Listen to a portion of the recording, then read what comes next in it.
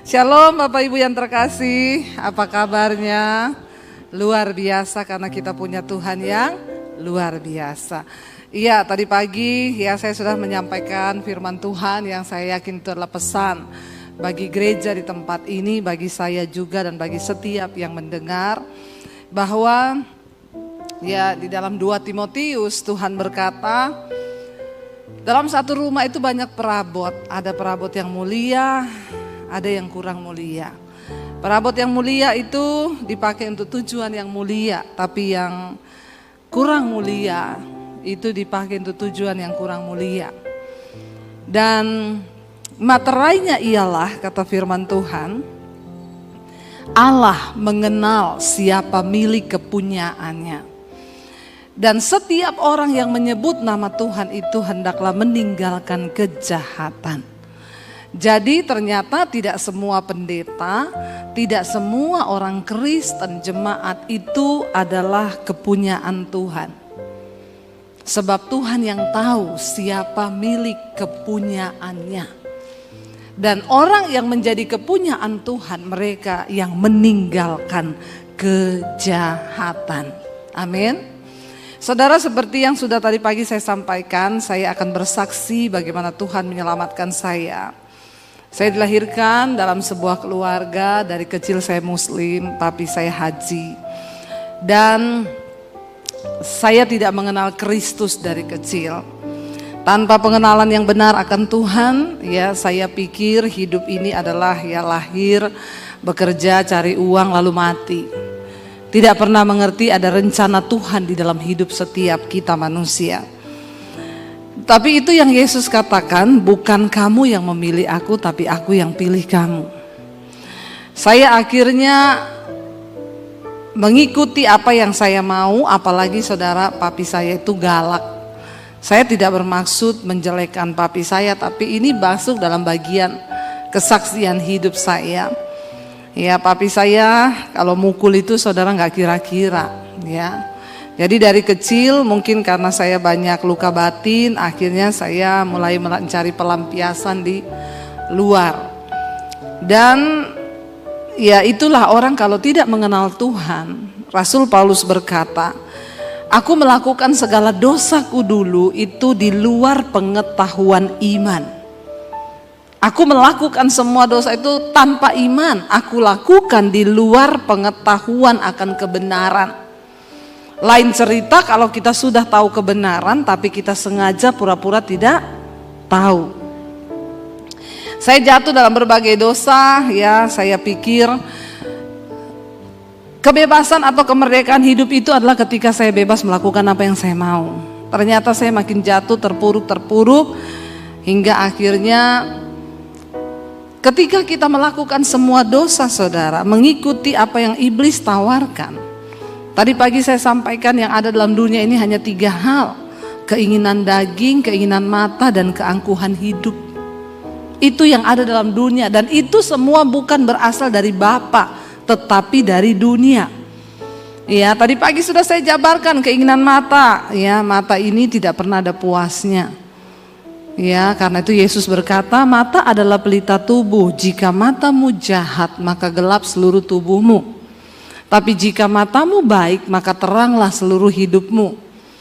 Ya, yang kedua keinginan daging yang ada dalam dunia ini, kenajisan, percabulan, perselingkuhan. Makanya banyak orang-orang yang mengaku Kristen, tapi kalau engkau masih hidup dalam kenajisan, percabulan, perselingkuhan, apalagi homoseksual, lesbian, maaf, engkau bukan kepunyaan Tuhan. Karena Alkitab berkata, biarkan lalang dan gandum tumbuh bersama. Iblis bilang gak apa-apa gereja jadi besar, biarin aja. Pada waktu kedatangan Tuhan barulah itu adalah hari penampian. Akan dibuktikan di sana mana yang ilalang, mana yang gandum. Tuhan bilang biarkan aja dulu tumbuh bersama. Ya, karena pada hari penampian nanti akan dibuktikan. Makanya Yesus berkata, bukan setiap orang yang berseru kepadaku Tuhan, Tuhan yang akan masuk dalam kerajaan Allah, tapi mereka yang melakukan kehendak Bapa. Yesus bilang, pada akhir zaman nanti aku baru akan berterus terang kepadamu. bahwa aku tidak mengenal engkau. Daripada nanti Yesus baru berterus terang, lebih baik sekarang kita bertobat. Sungguh-sungguh ikut Tuhan. Akhirnya saudara, karena saya terpuruk dalam dosa, singkat cerita iblis ngomong hidupmu sudah hancur, kamu sudah rusak, masa depanmu juga rusak, buat apa kamu hidup? Mending bunuh diri. Dan saat itu tidak ada pikiran lain dalam benak saya, cuma pengen mati. Karena saya tidak menemukan apapun di hidup ini, saudara. Setan datang menuduh saya, hidupmu hancur. Untuk apa kamu hidup? Mati saja. Dan saya mulai mencari siapa Tuhan itu.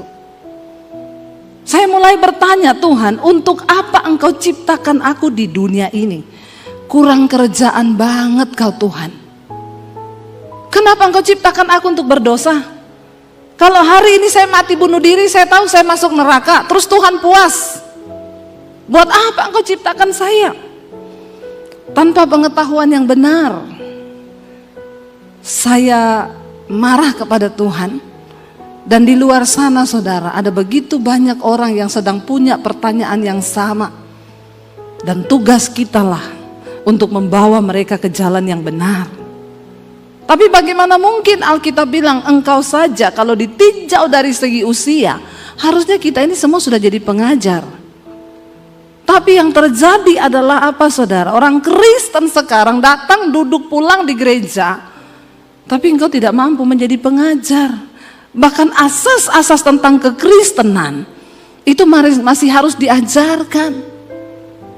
Masih banyak orang Kristen yang tanya saya, Bu, merokok itu dosa apa enggak, Bu? Di mana ayatnya, Bu? Saya bilang di pom bensin baca. Gede tulisannya dilarang merokok. Lu nggak usah cari di Alkitab, tidak ada tulisan dilarang merokok. Tapi saya mau bilang, sedangkan di pom bensin saja kau tidak bisa masuk, apalagi di amin yang merokok. Tidak usah angkat tangan.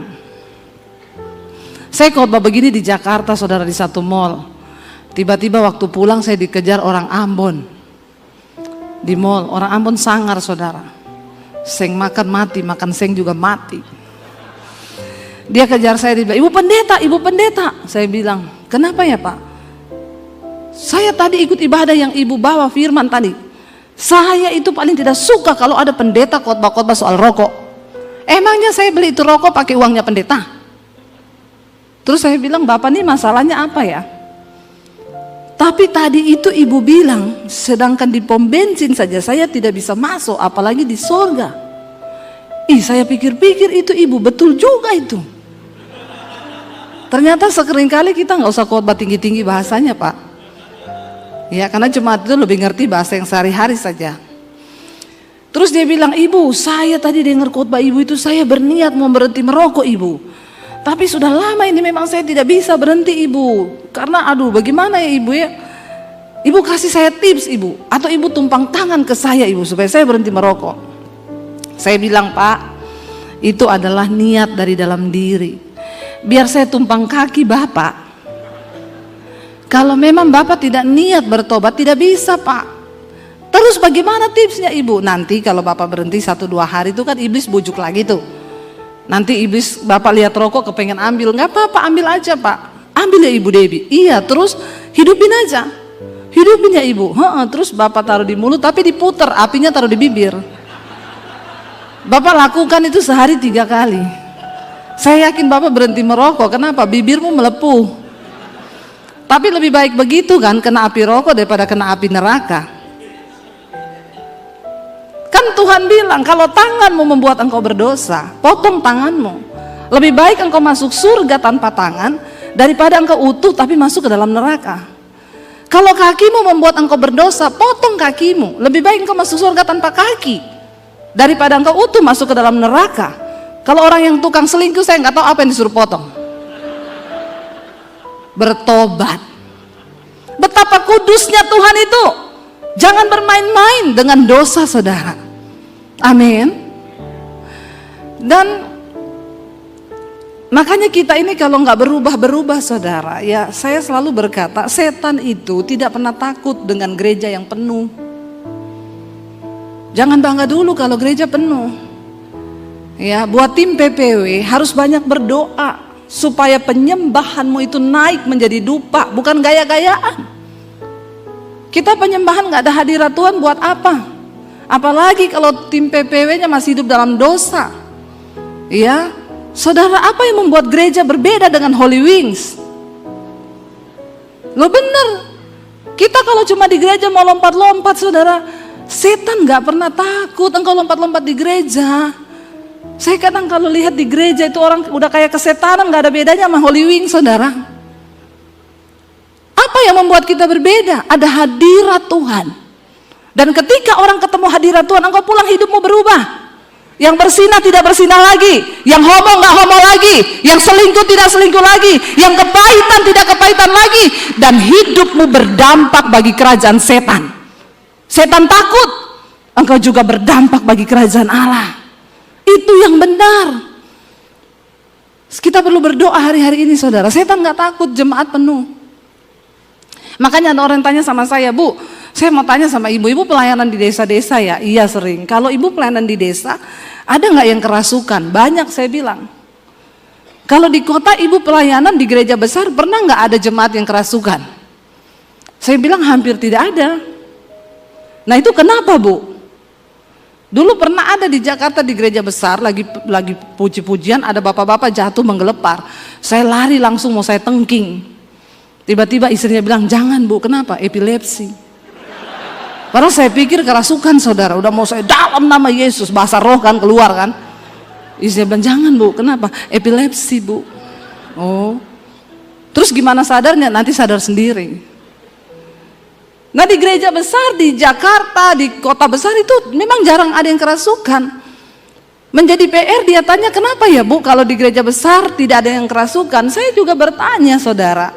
Lalu Roh Kudus memberi saya pemahaman. Kenapa di gereja besar nggak ada yang kerasukan lagi? Karena setan sudah tidak bekerja di gereja besar. Setan itu cuma kontrol. Setan bilang lancar coy, lancar. Penuh, penuh.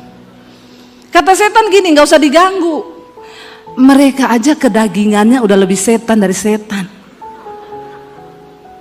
Karena daging itu beda sama setan. Galatia pasal yang kelima saudara baca tentang kedagingan. Apa itu daging? Daging itu percabulan, kenajisan, hawa nafsu, nafsu jahat, iri hati, amarah, dendam, keserakahan, ya, perpecahan. Itu ada di dalam daging. Dan barang siapa hidup menurut daging, dia akan binasa, kata firman Tuhan. Ini bunyi alarm atau apa ya? Atau kedatangan Tuhan? Kalau Tuhan datang kita lagi di gereja, puji Tuhan, haleluya 12 kali ya saudara, langsung masuk surga semua ini. Karena nggak ada yang lagi bersinah, nggak ada yang selingkuh ya kan? Wah langsung berdoalah supaya kedatangan Tuhan kita lagi di gereja. Iya, dan ini bunyi apa? Nggak apa-apa kan? Tapi saudara terganggu gak? Karena orang itu kadang kepo. Ada bunyi gitu. Ya. Yang pasti bukan dari HP saya. Ini HP saya sudah saya silent. Saya mode terbang pesawat. Supaya tidak mengganggu ya. Saudara, jadi ketika kita itu mengenal Tuhan Yesus, hidup tuh harus berubah. Ya, setan bilang gak usah diganggu orang di gereja. Kenapa? Orang kedagingannya lebih gila dari setan. Ya, dan kalau kita tidak berubah, maka ya hidup kita nih gak ada dampak apa-apa, saudara. Bukan soal berapa rajinnya kita ke gereja, berapa hebatnya saya pelayanan, bukan. Tapi tadi pagi saya sudah sampaikan, Tuhan berkata, aku tahu siapa milik kepunyaanku. Dan Yesus bilang, aku akan berterus terang ketika aku datang kali yang kedua. Aku akan berterus terang. Ngeri itu. Kalau Tuhan berterus terang, baru ternyata kita udah pede selama ini kita melayani. Sorry aja, tidak semua orang Kristen memperoleh janji Tuhan. Kalau kita belajar dari kisahnya bangsa Israel, mereka dipanggil keluar, tapi ternyata tidak semua bisa masuk ke tanah perjanjian. Perjalanan yang harusnya ditempuh 11 hari jadi 40 tahun. Kenapa? Proses 40 tahun ini untuk mematikan kedagingan mereka. Karena Tuhan tidak mau mereka masuk di tanah yang baru. dengan pola dan hidup kedagingan yang lama. Saudara, akhirnya saya mau bunuh diri dan saya bertanya, Tuhan, di mana Engkau? Siapa Engkau? Saya pengen kenal Tuhan itu. Saya nggak peduli tentang agama. Saya pengen tahu Tuhan yang benar itu siapa. Jangan engkau menjadi Kristen hanya karena warisan dari orang tua. Setiap kita perlu berjumpa secara pribadi dengan Tuhan. Karena tidak semua ternyata orang Kristen itu sudah mengalami perjumpaan pribadi dengan Tuhan. Yesus berkata kepada Nikodemus, kamu tidak mungkin bisa masuk kerajaan Allah kalau engkau tidak dilahirkan kembali. Apa artinya dilahirkan kembali? Nikodemus berkata, aku sudah tua, bagaimana mungkin aku masuk ke rahim ibuku lalu aku dilahirkan kembali? Yesus bilang, kau harus dilahirkan kembali dari air dan dari roh, dari firman Allah. Saudara, manusia rohani kita harus dibangun. Ketika itu saya pengen bunuh diri, saudara, saya udah gak peduli mau bagaimana, pokoknya saya pengen mati. Tapi sebelum saya mati, saya bilang, Tuhan, tunjukkan dirimu kepada saya. Habis ini saya mati dan saya masuk neraka dan Tuhan puas. Saya nangis di kamar saya tulis surat buat orang tua saya. Karena saya ini dari kecil sudah diwanti-wanti papi saya, jangan berteman dekat sama orang Kristen. Apalagi kalau sampai kamu jatuh cinta dan pacaran sama laki-laki Kristen. Lebih baik papi masuk penjara, papi bunuh kamu daripada kamu bikin malu keluarga.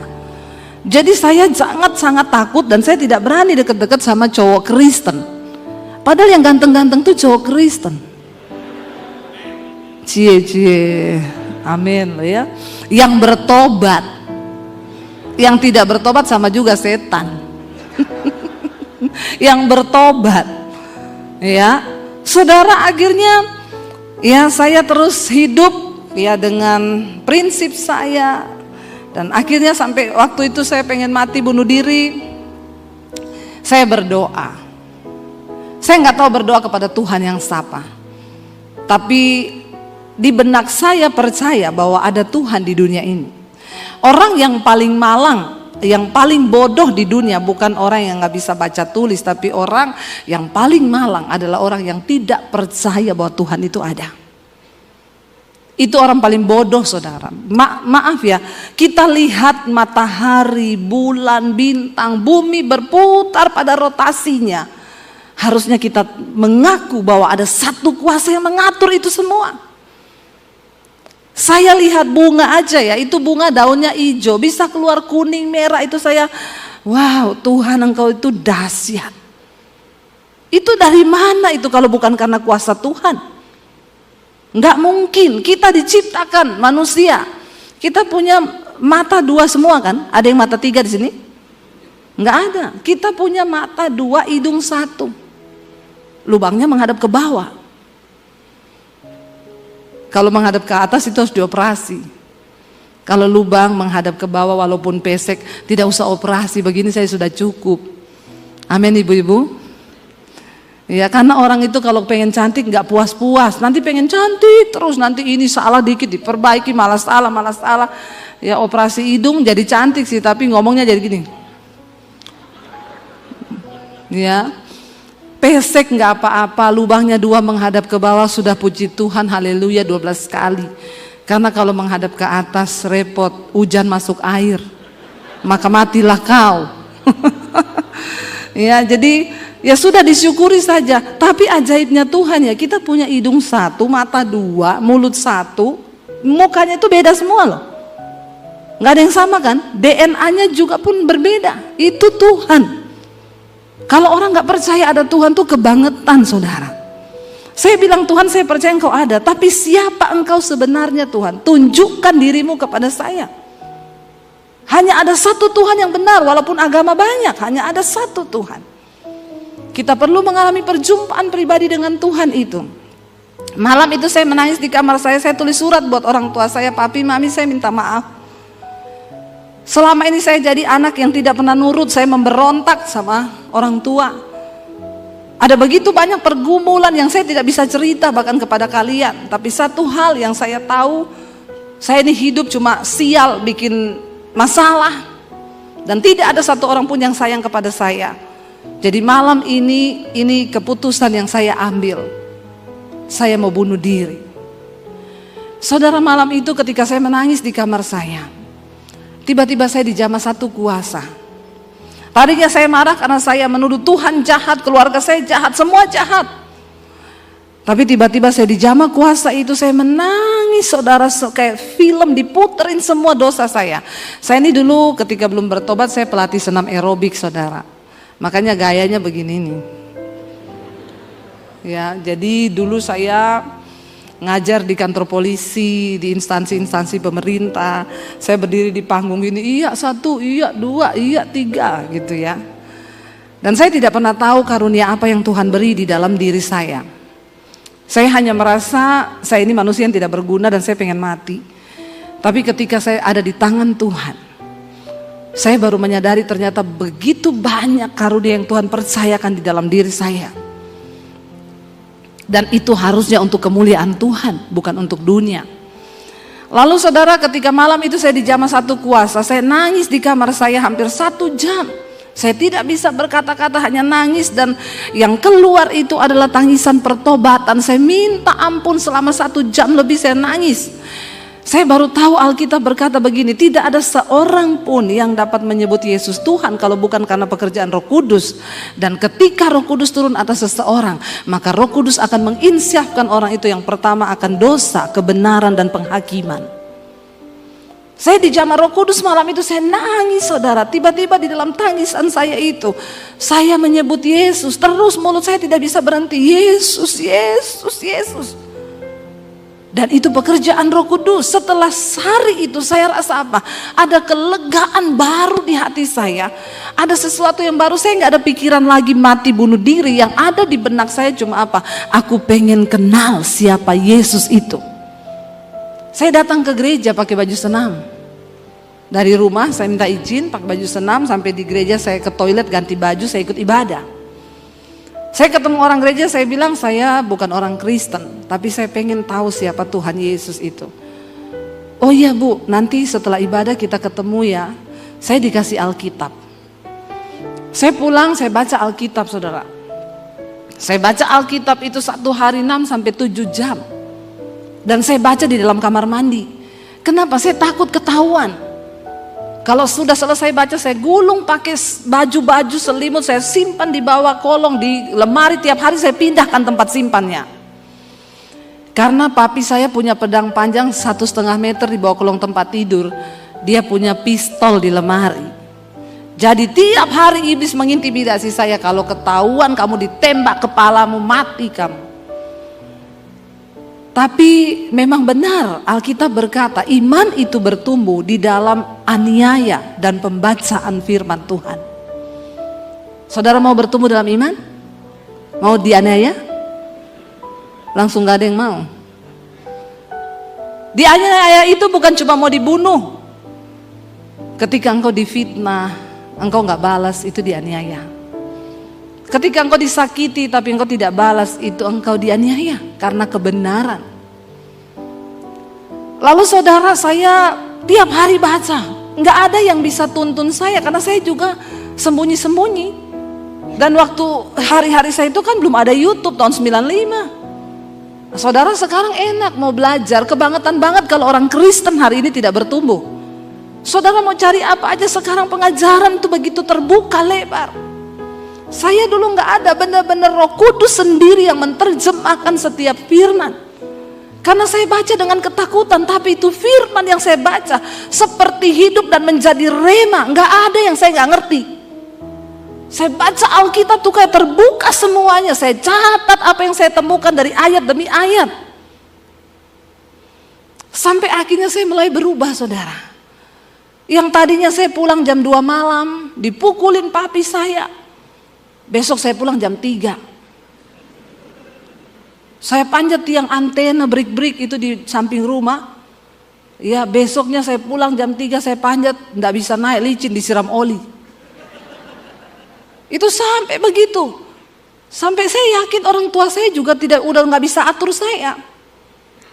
Dosa demi dosa saya coba semuanya saudara. Tapi ternyata tidak membawa kebahagiaan. Jadi kalau hari ini ada di antara saudara yang masih mau coba-coba dosa dan baru mau belajar berdosa, kasihan deh lo. Nggak ada. Dosa akan mencabut damai sejahteramu. Nggak ada orang hidup bahagia karena dosa. Ujungnya engkau mau bunuh diri, pasti. Jangan simpan dosamu. Berbahagialah orang yang mengakui dosanya dan meninggalkannya, maka dia akan berbahagia, kata firman Tuhan. Lalu saudara, saya mulai mengalami perubahan. Setiap firman yang saya baca dalam perjanjian baru itu masuk dan mengubahkan saya. Tadinya saya orang yang paling malas di rumah, saya berubah menjadi orang yang paling rajin. Tadinya saya suka keluar tengah malam, tapi sejak saya mengenal Yesus, seperti yang Rasul Paulus bilang, apa yang dulu merupakan keuntungan bagiku, sekarang ku anggap rugi karena pengenalan akan Yesus Kristus Tuhanku itu lebih berguna daripada segala-galanya. Malahan segala sesuatu aku anggap rugi karena Kristus. Itu benar-benar saya alami. Tidak ada kata lain selain tiap hari saya cuma pengen baca Alkitab, mempraktekkan firman Tuhan. Tadinya saya kalau berantem dengan adik saya yang laki-laki, adik saya itu badannya tatoan, saudara. Kalau berantem, dia mau pukul saya, saudara. Dulu kalau saya belum bertobat, saya ambil sepatu di depan saya lempar ke mukanya dia. Tapi ketika saya mengenal Tuhan Yesus, Tuhan bilang, firman Tuhan bilang, jangan kalah dengan kejahatan, tapi kalahkan kejahatan dengan kebaikan. Mempraktekkan itu susah, tapi saya harus berubah. Saya mulai berubah dalam segala hal. Dari cara berkata dulu kata-kata kotor, ya, semua berubah. Sampai cara berpakaian semua berubah. Dulu makin seksi makin bangga. Ketika terima Yesus makin seksi makin malu. Kalau ada orang Kristen yang masih suka pakai baju seksi apalagi ke gereja, apalagi udah ibu-ibu pakai rok mini duduk di depan pangku kaki. Makanya kadang pendeta cowok lagi khotbah tiba-tiba dia lagi bergumul itu. Pasti ada sesuatu yang dia lihat di situ. Jadi tolong ibu-ibu tahu diri, ke gereja itu jangan pakai baju yang belum jadi. Amin. Sobek sini, di sini sobek sampai sini, kelihatannya panjang sobekannya sampai sini. Makanya kata kuntilanak begini, saya sama orang Kristen lebih kudus saya. Baju saya panjang sampai ke bawah, bolongannya satu tok di belakang. Orang Kristen zaman now udah bajunya pendek, bolong di mana-mana. Jadi kata kuntilanak, yang setan eke apa ye. Makanya kuntilanak sekarang sudah tidak menampakkan diri. Udah kalah pamor sama orang Kristen. Hello. Ya, bertobat loh saudara. Lalu saya berubah, saudara. Ketika akhirnya kakak saya yang paling tua ngomong begini sama saya satu kali, Dep, saya tahu loh, kamu sekarang jadi Kristen. Kamu ke gereja kan? Saya kaget.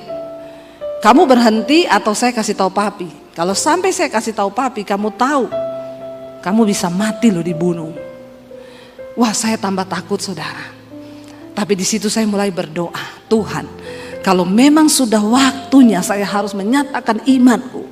Karena firman Tuhan berkata, dengan mulut orang percaya, dengan hati orang mengaku, dengan hati orang percaya, dengan mulut orang mengaku, maka dia dibenarkan dan diselamatkan. Lalu saya berdoa bergumul, Tuhan beri saya kekuatan. Saudara, ketakutan terbesar di hidup saya itu adalah ketika saya harus ngomong Yesus di depan keluarga saya.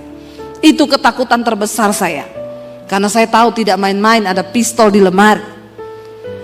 Tapi akhirnya Tuhan kasih saya kekuatan. Saya doa puasa, saudara. Doa puasa saya untuk minta kekuatan. Cuma ngomong satu tok, Tuhan. Ngomong di depan keluarga saya bahwa saya sudah terima Yesus. Akhirnya satu kali saya bergumul, ada doa puasa di gereja. Saya bilang ini waktunya saya harus ngomong ke papi saya. Saya mau masuk ke papi saya belok ke kamar mandi. Di kamar mandi saya doa dalam nama Yesus. Roh intimidasinya kenceng sekali. Lalu saya ikuti papi saya dari belakang, saya belok lagi ke dapur. Waduh, saudara, bergumul. Akhirnya saya tengking, saya dikuatkan dengan satu ayat firman Tuhan. Roh Allah yang ada padamu itu lebih besar dari segala roh yang ada dalam dunia ini. Kenapa kamu takut kepada manusia yang memang akan mati? Lalu saya masuk ke kamar papi saya bilang, Pap, saya mau minta izin. Dia sambil cari-cari apa di lemari, mau kemana? mau ke gereja. Tiba-tiba dia terhenti, saudara. Lalu dia melihat kepada saya. Kata-kata pertama dia bilang, kamu sudah gila. Terus dia bilang gini, oh ini penyebabnya ternyata. Makanya akhir-akhir ini papi lihat kamu jadi aneh. Dan memang setiap orang yang berjumpa secara pribadi dengan Tuhan Yesus akan jadi. Pertanyaan saya, sudah anehkah saudara? Sudah aneh apa belum? Anehnya itu gimana? Dulu merokok, sekarang tidak merokok. Dulu judi, sekarang gak judi. Dulu suka maki-maki, sekarang gak maki-maki. Dulu suami istri ribut, berantem terus, sekarang gak pernah ribut. Dulu bersungut-sungut, sekarang nyanyi-nyanyi terus. Dulu tukang keluar malam dugem, sekarang betah di rumah baca Alkitab. Sudah seperti itu? Jawab sendiri di dalam hati. Papi saya bilang, oh ini penyebabnya. Makanya papi perhatikan kamu jadi aneh. Dulu malas, sekarang rajin. Aneh gak? Tapi kan harusnya dia bisa melihat perubahan hidup saya. Kenapa saya bisa jadi baik? Yesus berkata, engkau itu suratan Kristus yang terbuka dan hidupmu harus bisa dibaca oleh semua orang.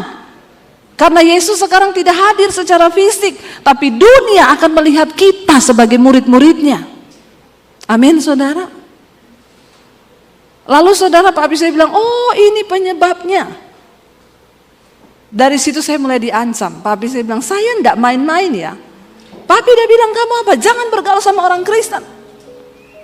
Papi bilang, papi bunuh kamu, papi bunuh ya. Papi enggak takut masuk penjara.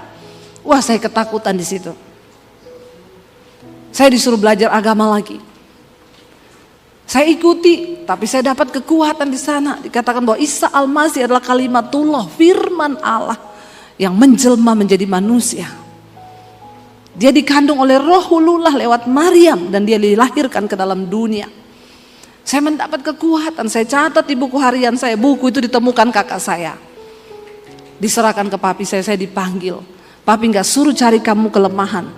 Papi bunuh kamu. Dari situ saya mulai bergumul. Saya doa puasa, setiap hari nangis. Kalau lewat berpapasan di rumah, papi saya bilang, setan, iblis kamu. Saya tidak boleh duduk makan di meja makan. Saya disuruh makan di belakang. Setiap hari air mata saya menangis. Apa yang menjadi kekuatan? Firman Tuhan. Yesus berkata, ada saatnya nanti orang serumahmu akan membenci engkau karena namaku. Ayahmu, ibumu, saudaramu. Mereka akan membenci engkau, tetapi aku sudah mengatakan hal ini supaya kalau hal itu terjadi, kamu jangan menolak aku.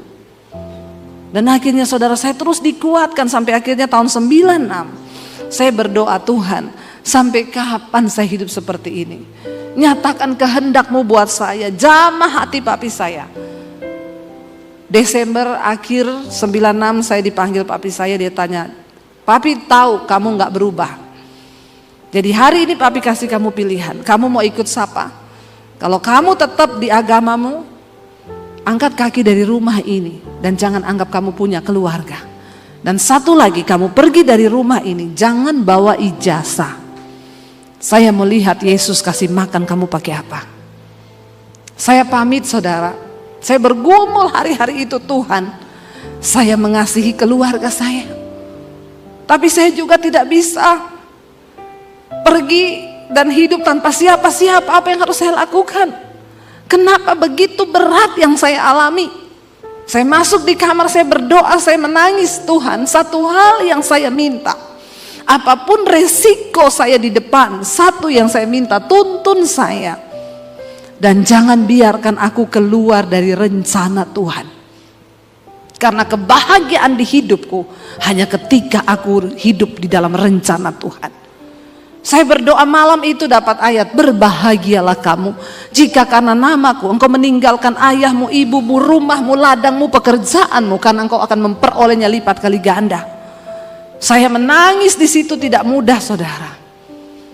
Saya baru lulus SMA waktu itu. Saya datangi papi saya dan mami saya bilang saya mohon pamit. Mereka kaget karena mereka sama sekali tidak menyangka kalau saya akan mengambil keputusan itu. Papi saya menangis berlutut di bawah kaki saya. Karena memang saya 5 bersaudara, saya anak yang dia paling sayang. Dia bilang, Debbie, papi merendahkan diri di kakimu. Tolong kembali ke agamamu. Saya peluk papi saya. Saya bilang, Pap, saya sayang sama papi. Tapi saya tidak bisa suruh menyangkal Tuhan Yesus. Karena saya merasa Tuhan merubah hidup saya. Tapi saya sayang sama papi. Kalau kamu sayang, kenapa kamu lakukan ini? Kamu ngomong apa yang harus papi lakukan supaya kamu kembali. Saya cuma peluk papi saya. Mami saya menangis, dia bilang, tunggu mami mati baru kamu jadi Kristen. Saya bilang, mami tidak mengerti apa yang saya sedang alami. Saya juga tidak mau meninggalkan keluarga seperti ini. Tapi ini keputusan saya, Mam. Nanti kamu mau makan apa? Kamu mau tinggal di mana? Saya cuma bilang, saya ikut Tuhan yang bertanggung jawab. Dari kota Poso, saya tinggalkan keluarga, cuma bawa beberapa pakaian. Saya menuju ke kota Palu. 7 jam perjalanan. Sampai di kota Palu, saya cari sepupu saya. Mereka ngontrak satu rumah anak-anak kos begitu. Saya numpang di situ. Dan untuk bisa dapat makan, kalau anak kos sudah berangkat kuliah, saya cuci baju anak-anak kos, saya nyapu, saya nyetrika, saya masak. Kadang saya lagi cuci pakaian, iblis datang ngomong, goblok, ikut Yesus jadi pembantu. Pulang ke keluargamu, tinggalkan Yesusmu itu. Ngapain kamu menderita? Tapi saya baca Alkitab, Tuhan bilang, berbahagia jika engkau menderita karena kebenaran. Karena roh kemuliaan itu ada padamu. Dan engkau dipanggil bukan hanya untuk percaya kepada Kristus, tapi untuk menderita bagi Dia. Karena jika engkau menderita karena kebenaran, itu adalah kasih karunia kepada Allah. Saya jalani proses itu 1 tahun di kota Palu. Saya pernah merasakan hidup tanpa uang 1 sen pun. Saya pernah merasakan hidup tanpa ada 1 orang pun yang bisa saya jadikan sandaran untuk hidup saya. Tapi saya bilang, Tuhan, engkau sudah mengubah hidupku dan itu cukup. Akhirnya saya masuk sekolah Alkitab di Makassar. Itu yang tanpa gelar karena saya tidak punya ijazah. Dan saya diutus pelayanan ke Solo. Dan di Solo saya berjumpa dengan Arjuno dari kota Solo. Laki-laki terganteng di Solo. Dan kami menikah. Waktu saya menikah, saya telepon papi saya. Saya bilang, Pap, ini Debbie, saya mau minta doa restu. Debbie siapa? Debbie Basir, anaknya papi. Dulu saya pernah punya anak nama Debbie, tapi dia sudah mati. Jadi kamu mau nikah atau mau dikubur, jangan pernah kabari ke sini lagi, karena sampai di akhirat kita tidak ketemu. Saya cuma meneteskan air mata, dan akhirnya saya menikah dengan suami saya. Dan saya diproses Tuhan berakar ke dalam, terus berakar. Tidak ada yang melihat, saudara. Enggak ada 1 orang pun yang melihat ketika kita sedang diproses berakar. Tidak ada yang tahu. Tapi itu yang terbaik. Karena bangunan kekristenan itu kuat atau tidaknya, itu tergantung dari akar kita. Kenapa pohon korma itu menjadi pohon yang menjadi perumpamaan di Alkitab? Karena korma itu kalau ditanam, dia nggak langsung bertunas ke atas. Ditekan pakai batu besar, dia akarnya ke dalam mencari air di padang gurun. Membutuhkan waktu yang lama, tidak langsung ke atas. Tapi orang Kristen zaman sekarang pengennya cepat, langsung ke atas. Kenapa kita perlu berakar di dalam Kristus? Supaya bangunan kekristenanmu itu teguh. Saya pernah melewati yang sepahit itu. Karena itu tidak ada satupun yang bisa lagi membuat saya jauh dari Tuhan.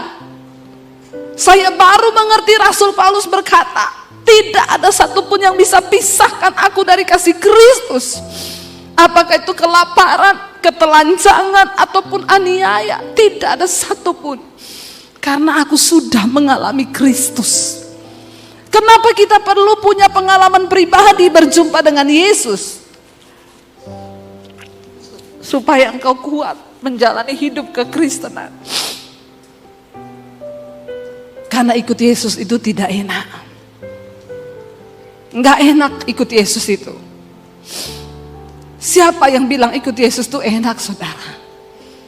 Kalau engkau berkata enak, berarti engkau belum sungguh-sungguh melakukan firman. Kalau engkau belajar sungguh-sungguh melakukan firman, ikut Yesus itu tidak enak, penuh dengan air mata. Tapi itulah proses.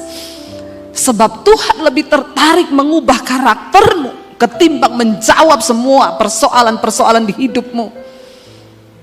Kalau karakter kita belum berubah, buat apa Tuhan jawab masalahmu? Biar Tuhan ubahkan kita dulu. Ini waktunya sudah habis, Pak. Kita tambah sebentar ya, Pak ya. Karena ini baru pembukaan, Pak. Belum khotbah loh ini. Baru pembukaan udah habis waktu. Saudara, sampai hari ini saya tidak pernah melihat Tuhan meninggalkan saya. Saya ikut Tuhan dari tahun 95, penderitaan, air mata, difitnah, direndahkan, dihancurkan. Tapi saya tahu itu adalah proses berakar yang sedang Tuhan izinkan supaya bangunan iman saya itu kokoh. Jadi sekarang kalau cuma saya difitnah, kecil. Udah gak ada yang bisa merampas damai sejahtera saya. Saya pernah melewati yang lebih berat daripada itu. Ketika saya difitnah, ketika direndahkan, terima kasih Tuhan. Aku berbuat satu lagi kasih karunia buat engkau. Saudara, waktu engkau diproses, bersyukur loh. Karena tidak semua orang diproses karena kebenaran. Kalau engkau dipenjara karena engkau berbuat dosa, itu memang seperti itu. Tapi kalau engkau dihina, difitnah, disalahkan padahal engkau tidak salah, itu adalah kasih karunia kepada Tuhan, Alkitab bilang. Bersyukur. Ubah cara pandang kita hari-hari ini. Biar engkau berani berkata, ini aku Tuhan. Ubah aku, bentuk aku. Sekalipun itu sakit. Kenapa saudara? Karena kita sedang mempertaruhkan nilai kekekalan di dalam hidup ini. Dan sekarang waktunya kita memperjuangkan itu. Bukan nanti sudah mati. Karena itu Rasul Paulus bisa berkata, bagiku hidup adalah Kristus, mati itu sebuah keuntungan. Orang yang sudah sungguh-sungguh ikut Yesus, dia berkata, mati itu keuntungan. Jadi saudara tidak usah terlalu takut mati. Amin. Enggak usah terlalu takut mati. Itu pesan saya di dalam masa pandemi yang selalu saya sampaikan lewat khotbah-khotbah saya di doa malam. Dan ternyata memang pandemi itu yang banyak orang mati terbunuh bukan cuma karena virus, tapi karena ketakutan. Banyak sekali orang ketakutan. Ternyata banyak yang masih takut mati. Kita tidak boleh mencobai Tuhan, tapi jangan engkau menggeser imanmu. Saya selalu berkata, penyebab orang mati saudara, saya berkata selalu begini, mati hidup kita bukan di tangan corona, tapi di tangan Tuhan. Amin. Kalau belum waktunya mati, tidak akan mati. Saya ini udah berkali-kali kena corona, semua varian saya coba. Loh benar saudara, karena saya berdoa. Hari-hari itu semua ketakutan, semua bersembunyi. Ketika lockdown pertama kali dibuka di Jakarta, mereka bilang, ibu kami sudah masuk kantor bu, tidak ada pendeta yang berani khotbah di kantor. Ibu mau datang gak? Teman-teman saya pendeta bilang, Bu Debbie hati-hati, pendeta banyak sekali yang mati. Saya bilang, saya doa dulu tanya Tuhan ya. Itu kan alasan yang paling bijak dari pendeta. biar dibilang rohani kan. Saya doa, saya tanya Tuhan, saya besok itu pelayanan di kantor nih, semua pendeta takut sembunyi. Saya berangkat atau tidak? Tuhan cuma jawab gini, tidak tahu diri kau. Di saat orang semua lagi ketakutan, harusnya engkau pergi untuk memberitakan Injil kabar baik itu, tidak perlu takut. Kenapa kau bersembunyi? Saya telepon orangnya, besok saya datang. Itu pertama kali lockdown buka, Tuhan bilang, itu mereka bekerja dari jam 8 pagi sampai jam 5 sore masuk kantor demi sesuap nasi. Tapi kamu yang hamba Tuhan bersembunyi. Saya datang saudara, dan saya berdoa saat itu, Tuhan, kalau Tuhan mau izinkan saya kena, tidak apa-apa, untuk saya bisa bersaksi. Supaya jemaat ini jangan berpikir dia itu mati karena corona. Tidak usah tunggu kena corona, kalau mau waktunya mati lagi tidur pun bisa. Bilang kanan kirimu, hati-hati. Iya. Gol dari seorang percaya itu, dia gak takut lagi mati. Karena bagi kita mati adalah keuntungan, hidup adalah bagi Kristus. Saya ngomong sama suami saya waktu itu, kita jangan terlalu takut berlebihan. Di tengah masa pandemi ini sudah ada satu jumlah yang akan dipanggil Tuhan. Tinggal kita nih siap-siap. Kalau di antara kita satu keluarga ada yang masuk dalam daftar jumlah itu, maka kita ini orang percaya. Kita percaya kita mati masuk surga, gak usah takut. Tapi kalau di antara kita tidak ada yang masuk jumlah itu, Tuhan izinkan kita kena, gak ada yang mati. Saya yang pertama kena. Yang Delta itu saya kena dengan suami, terjangkit dari ipar saya di Solo. Dia umur 48 tahun meninggal kena Delta. Dan di saat itu Delta baru merebak di Indonesia. Waktu ipar saya ini meninggal umur 48 tahun, tidak ada komorbid, sehat. Hanya 1 minggu lewat mati. Ketika dia meninggal, saya pas lagi ada di Solo. Kita semua bilang nggak usah ke rumahnya. Dia langsung dari rumah sakit dikuburkan ke pemakaman. Tapi anak istrinya semua di rumah itu positif kena Delta. Kita dapat telepon, kakak ipar saya itu nangis guling-guling di jalan. Tidak ada satupun tetangga yang berani datang, semua hanya intip lewat horden. Karena saat itu ketakutan begitu luar biasa. Saya bilang sama suami saya, kita nggak bisa begini, kita harus datang ke rumahnya. Kita beri dia kekuatan, kita kasih dia penghiburan. Tuhan tahu bukan niat kita untuk mencobai Tuhan. Suami saya agak takut, dia bilang, saya tunggu di pagar, kau yang masuk.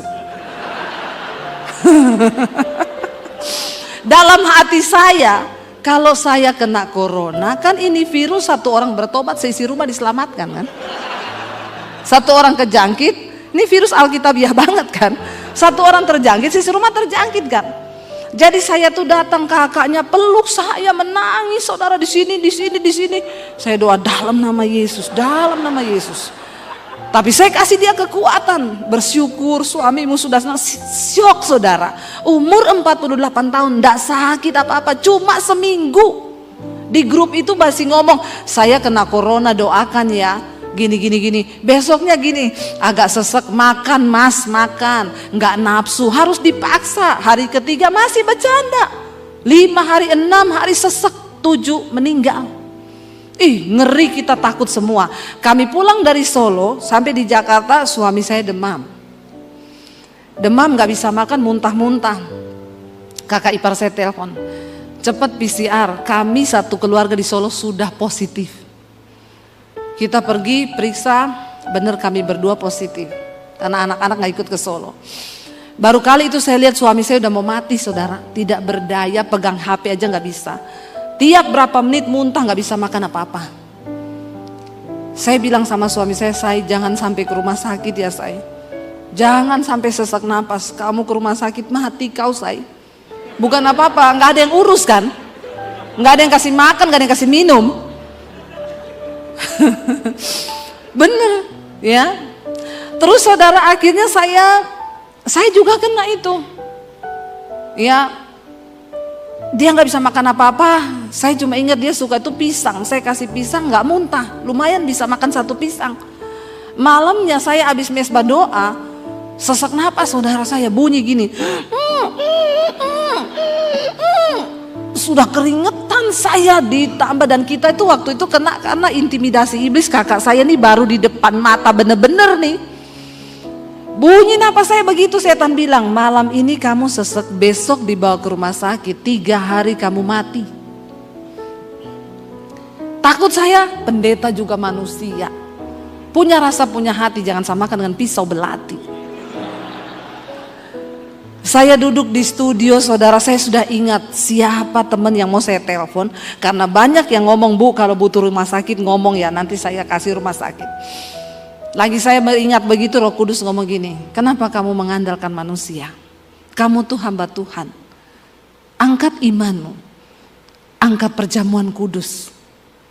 Saya bilang ke suami, Tuhan suruh saya perjamuan kudus. Suami saya bilang, saya juga dapat sama. Ayo kita sama-sama perjamuan kudus. Kita perjamuan kudus malam itu di kamar. Habis perjamuan kudus, napas saya langsung lega. Jam 2 malam saya batuk, pengen muntah, saya lari ke kamar mandi. Saya muntah saudara, itu riak semua keluar. Besoknya saya sembuh. Itu loh Tuhan. Akhirnya itu kita awal-awal Delta itu Mei. Setelah akhir Mei itu Juni merebak itu Delta, rumah sakit penuh orang sampai di tenda-tenda. Saya bersaksi lah di mesbah doa tentang perjamuan kudus. Dan semua jemaat mesbah doa yang tidak kebagian rumah sakit, mereka kena. Ada satu yang bersaksi, Bu, suami saya udah delek-delek, napasnya tinggal satu-satu. Udah panggil istrinya gini, asuransi di bawah situ ada, terus sertifikat rumah. Ya ini nanti kekayaan kita, ini bener. Istrinya ngomong, cari oksigen gak ada, semua gak ada. Istrinya bilang gini, Pak, Bu Debi kan di mesbah doa bersaksi, mereka perjamuan kudus, Papa masih bisa kuat gak kita perjamuan ya? Dia mengangguk, mereka perjamuan saudara. Malam itu seperti yang saya alami, dia muntah keluar semua riaknya. Itu kan yang setengah mati ngeluarin riak kan. Dari situ semua jemaat mesbah doa itu bersaksi tentang bagaimana kuasa perjamuan kudus di tengah masa pandemi. Dan saya baru melihat di situ saudara, benar. Ingat saya berkata, hidup mati kita bukan di tangan corona, tapi di tangan Tuhan. Amin saudara. Di tangan Tuhan. Jangan geser imanmu, jangan terlalu takut, gak usah dibesar-besarkan. Ya, karena Tuhan lebih besar pegang kendali atas hidup kita. Tapi orang Kristen itu alay lebay kalau nyanyi di gereja. Walau 1000 rebah di sisiku, kau tetaplah Allah penolongku. Walau 10.000 rebah di kananku. Pret. Baru satu aja yang mati, udah ketakutan. Tapi kalau nyanyi alay lebay. Makanya setan bilang biarin aja, alay itu alay. Ya, terus kalau doa udah iya, kami percaya Tuhan, engkau yang sanggup, engkau yang ini. Makanya saya bilang tidak semudah engkau ngomong firman itu. Engkau harus mengalami Tuhan, engkau harus mengalami kuasanya, sehingga engkau punya iman yang kuat dan berkata, aku percaya Tuhan. Sudah lebih 14 menit. Mau dilanjutkan? Anda puas, saya lemes. Karena saya besok subuh harus terbang ke Makassar. Dari Makassar saya ke Morowali. Dari Morowali saya ke Tentena. Ada seminar hamba-hamba Tuhan di desa. Itu adalah pelayanan kami setiap bulan. Kami kumpulkan pendeta-pendeta desa untuk menguatkan mereka. Karena ternyata banyak hamba Tuhan yang sudah mulai loyo dan tidak punya iman lagi saudara. Dan saya bilang, Tuhan selama aku masih hidup. Capek saudara, capek. Dan ini adalah proyek menabur dari kami. Tidak dapat PK. Kami keluar uang untuk pendeta-pendeta di desa. Tapi saya utang nyawa sama Tuhan. Kita semua utang nyawa sama Tuhan. Dan kita harus melakukan saudara. Selama saya bilang masih siang. Yesus berkata, bekerjalah selama hari masih siang. Apakah hidup kita ini sudah berdampak? Apakah kita hidup ini sudah melakukan sesuatu untuk pekerjaan kerajaan Allah? Apa kita cuma hidup sibuk bagi diri kita sendiri? Alay lebay dengan masalah-masalah yang kita hadapi. Dan kita nggak pernah lihat kebutuhan orang banyak. Masih banyak orang yang lebih susah dari kita. Kita baca satu ayat biar ini dikatakan khotbah. Kalau tidak ayat belum sah, saudara ya. Kolose pasal yang kedua, ayat yang pertama, ayat yang ke-6. Kolose 2 ayat yang ke-6 sampai ayat yang ke-12. Ayat yang ke-6 sampai ayat 12. Kolose pasal yang kedua. Kita baca ayat 6 sampai ayat 12. Baca bersama. 1, 2, 3. Kamu telah menerima Kristus Yesus Tuhan kita. Karena itu apa? Hendaklah hidupmu tetap di dalam Dia. Hendaklah kamu berakar di dalam Dia dan dibangun di atas Dia. Hendaklah kamu bertambah teguh dalam iman yang telah diajarkan kepadamu, dan hendaklah hatimu melimpah dengan syukur.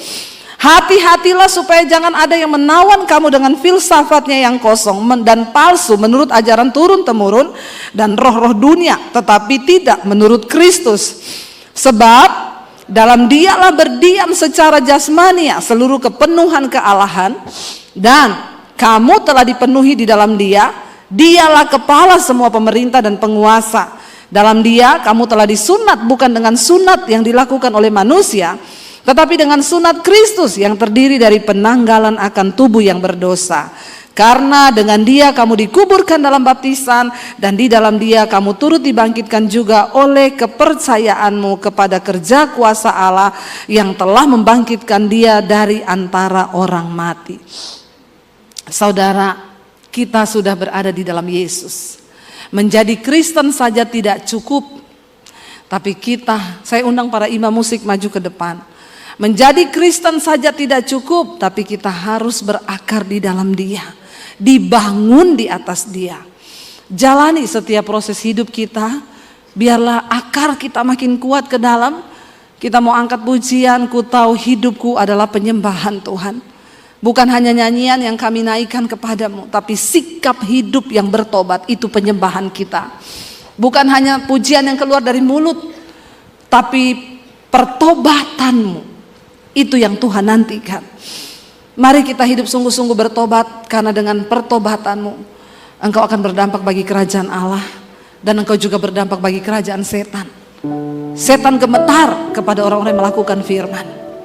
Mari bangkit berdiri.